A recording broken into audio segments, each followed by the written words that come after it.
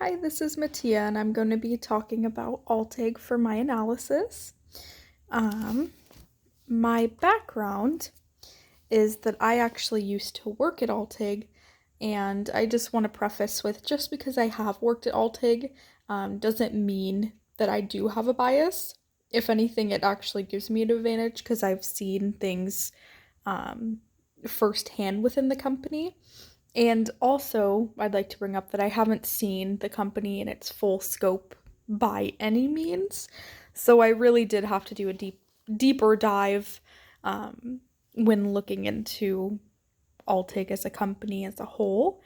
Um, Also, I do have my bachelor's, or about to have my bachelor's in winter quarter in business management, and I'm in an analysis class right now, actually, this quarter. And then some things I want to talk about in regards to Altig is their structure. I feel as though they are focused on larger goals um, with higher management and not enough lower level managers. I've experienced this firsthand when I worked there. There's not a lot of managers helping out with the day to day of sales and, skill training and different things like that, which are so important when you're developing a business and, looking at it long term, a business long term with its goals. Um, I also wanted to bring up that the departments are very sectioned off. There's actually even a different building where managers reside. We had one manager where I was, and they stayed in their office basically the whole time. And if we needed help, it didn't really happen. They were always on meetings and different things like that. Um, and I feel like that hurts morale of employees by them not being there. You aren't able to get the help that you need and the support that's needed in your role. Um, they also don't have very many development programs. They don't have any training programs or anything like that. And when we were reading in the book about learning styles, I believe there was 4 different ways to learn by yourself from um, mentors, articles, different things like that. And we really had ourselves to learn, which was very troubling. Um, it's not very supportive of a company to not have any sort of training or lower level managers. And then I also wanted to talk about their investment in people. So their hiring process is very interesting.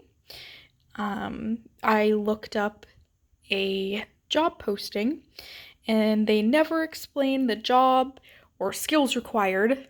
The only thing that was there for skills required was to have a positive attitude and good communication, which doesn't really explain the job in itself. And it just doesn't have good representation of the company. When you're looking for a job, you want to know the full scope of it before going into it.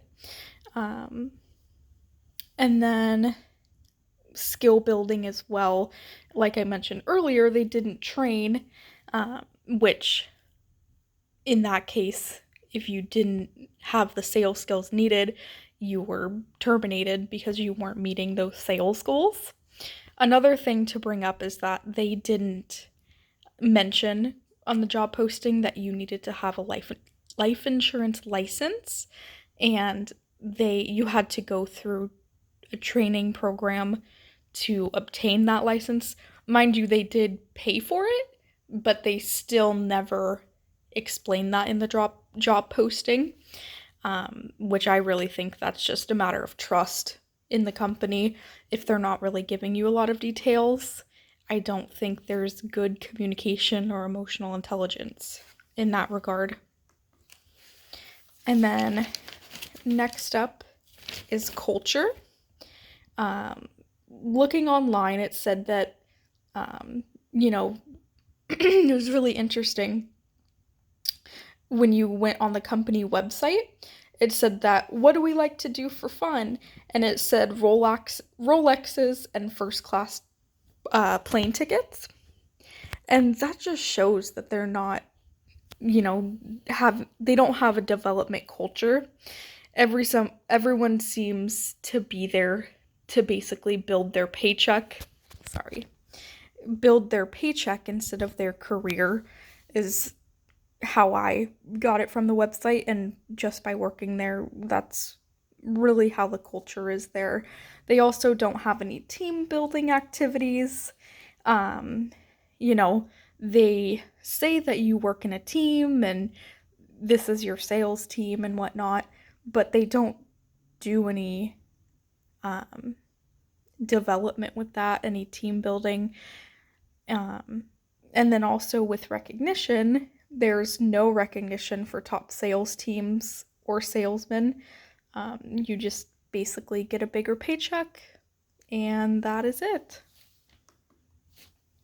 So, what do I think that they could do different, and how do you implement that? So, I think that they should develop a leadership program. This creates ownership of your brand.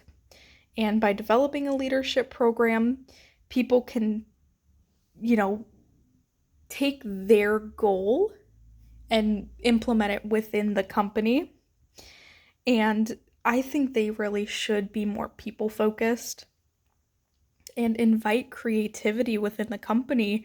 You never know what will happen out of letting somebody have the reins and be creative.